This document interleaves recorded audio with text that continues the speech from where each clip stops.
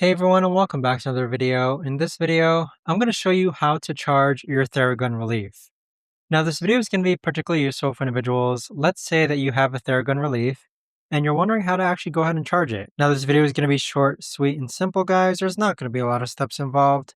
Now in order to charge your Theragun Relief, you need to grab your Theragun and then you want to go ahead and make sure that the ball is spaced upward. And over here, you're going to find a Type-C cable. So you can use any standard Type-C cable in order to charge this. So I'm just going to go ahead and use my laptop Type-C cable. So once you actually plug it in, just like this, you could actually see that the light stays green. So that indicates that it's actually charging. So any Type-C cable will work as far as how to charge your Theragun. And there you have it. But that right there, guys, is the best and easiest way that I know of to actually go ahead and explain how to charge your Theragun Relief.